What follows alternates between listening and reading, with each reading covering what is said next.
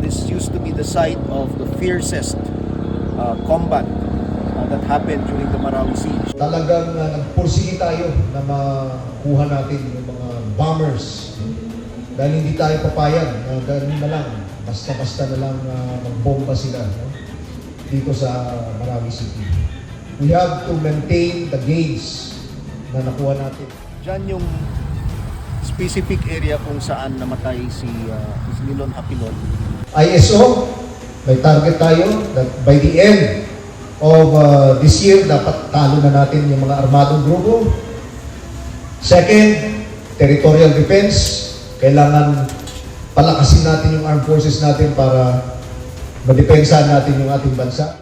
Let's be loyal to our country, the Constitution, and let us love our country.